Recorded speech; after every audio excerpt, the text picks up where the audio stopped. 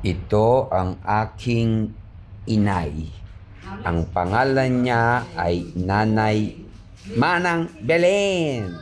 Makikita nyo rito ay pinapasaya ko siya at tawa lang siya ng tawa.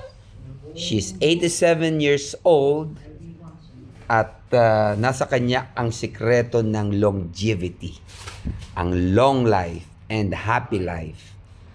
Yan si Manang Belen. May 6 na anak na pagtapos ang mga anak ng kolehiyo.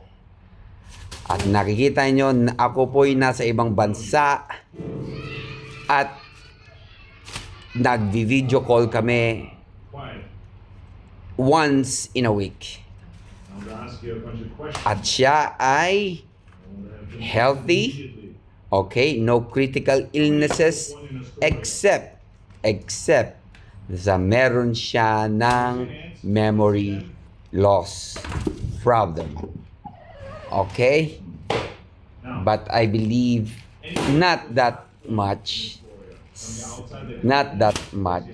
Okay?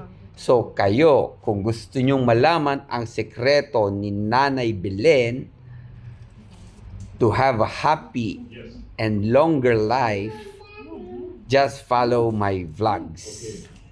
Nanay Belen. I'm gonna reveal the secret of Nanay Belen kahit nasa urban area kayo, nasa city kayo. Anong sikreto niya? Abangan si Nanay Belen, 87 years old, is still kicking, is still walking and laughing. Yan si Nanay Belen.